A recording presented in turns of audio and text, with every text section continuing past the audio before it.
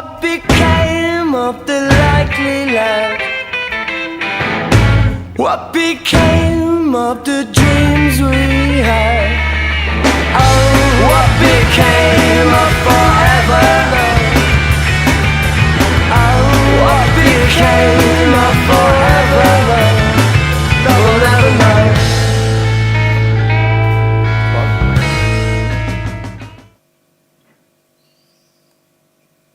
Oh, hey guys, happy Homebrew Wednesday. Different locations. I'm out in my, as you Americans would say, my man cave. This isn't really where I do my brewing, but it's certainly where my beer fridge is. So just what I show you in here. There's my, I got my Evil Twin Brown Ale there. That's the Black Magic Lager that's currently on tap. Currently, I don't know if you can't really see in there. We adjust that a second. Let's see if I can adjust it. So the keg that you can see there is my Kentish Cooper's Pale Ale. Then I've also got obviously the two kegs that are on tap, and that's my fermenting fridge. So that gives you an idea where the action happens. We're actually in my garage.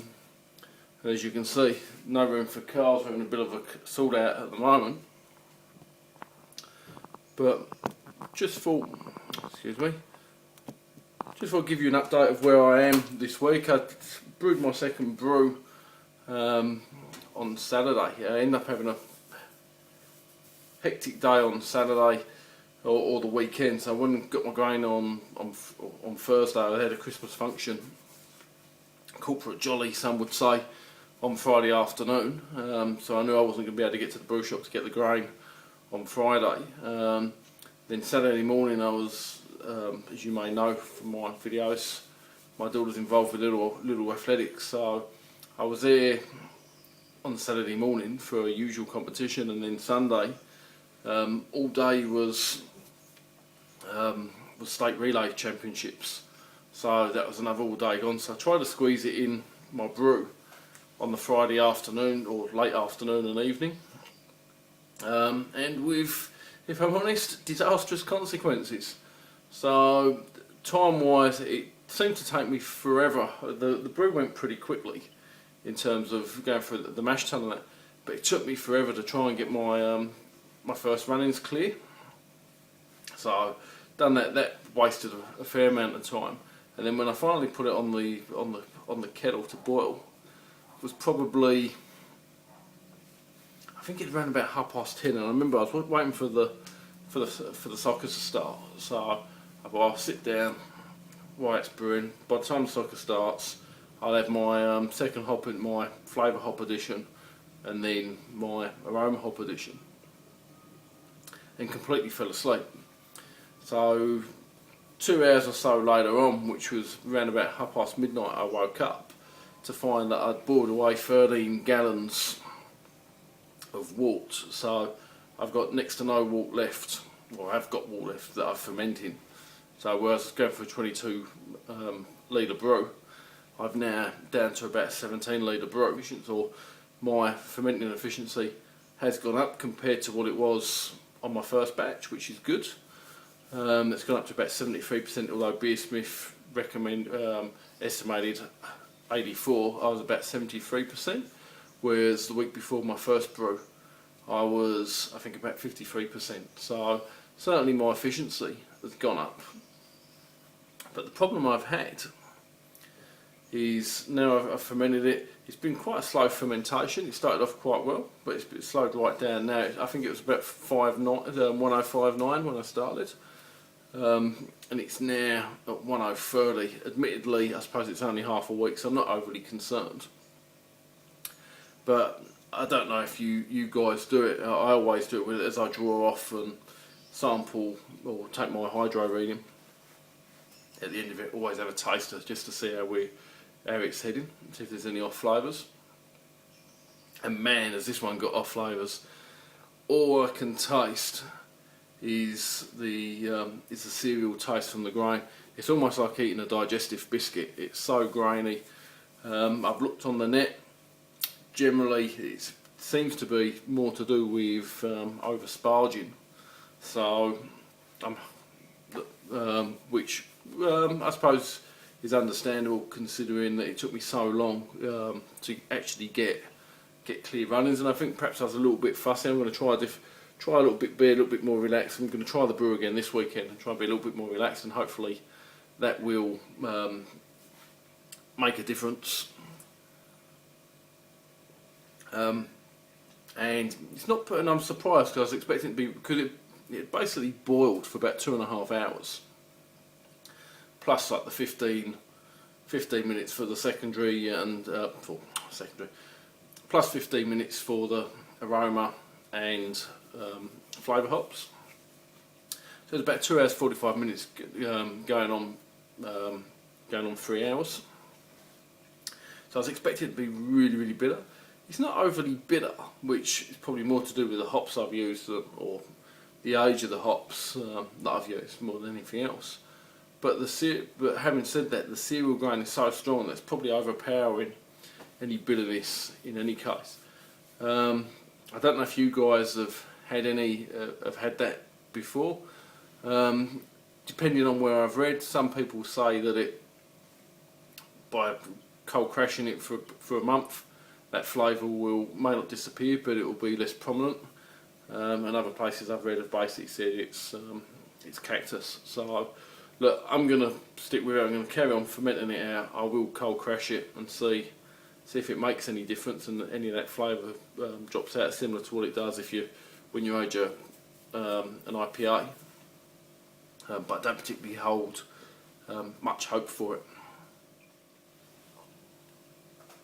So what's next? Once this video is made and edited, I'm going to clean my second. I've got a spare secondary from the East Kent Cooper's Pale Ale. That's been freed up, so I'm going to sterilise that and wash that out and decant my Harry's Greenwich Royale into that. That's fully fermented now. I've had a taste of that, and I was a little bit critical last week with regards to the flavour. I mean, I've tasted it again now. It's fermented out. It's a fairly hop flavour wise. It's not particularly bitter, which we expected, and there's only a slight smoky taste, which is that aftertaste. I couldn't quite think where I got that aftertaste from the other day when I first tasted the fresh malt. But it's that slight smoke flavour, and yeah, I think it's actually going to be quite drinkable. I don't think it's going to be a session beer because it's got that flavour. Although, hey, my palate will probably, after one or two, my palate will probably adjust to it, and it will just become the norm anyway. But I can also I'm toying with the idea of maybe doing another batch of that one. Oh, excuse me. Do another batch of that one, and with maybe a hint of lemon, because it really does seem like a real summer beer. So I'm quite pleased with that one in the end. Compared to where I thought it was heading, I'm now quite pleased with where it's actually looks like it's gonna come. So that's for my immediate activities this evening after I finish editing this video. Then the weekend, I've gone and bought more hops. I'm gonna do the St. Reef from Ale again, which was the one I was trying to do last week. Gonna try a different batch method. I've got Sunday free this weekend, so I can get up. No, I'm not gonna fall asleep. Be a bit more meticulous and see how I go with that one, and try and get my sparge efficiency up there without these after flavours.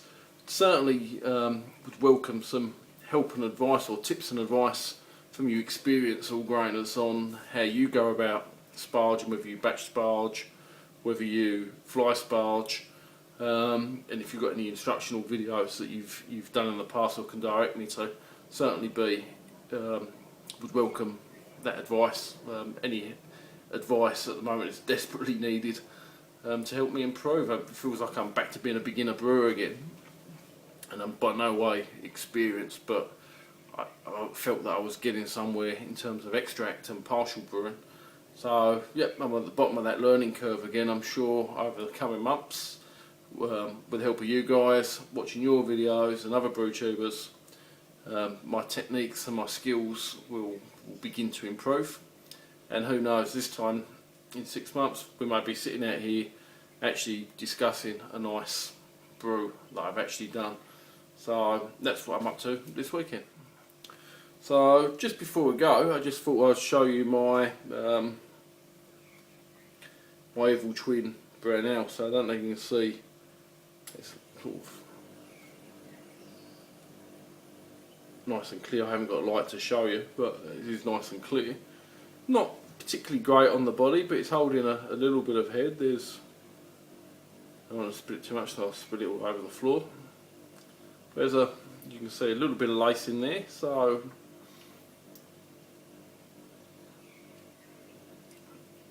but it is a really pleasant taste. It's not, I mean, I'm a Newcastle brown drinker back when I was in the old country.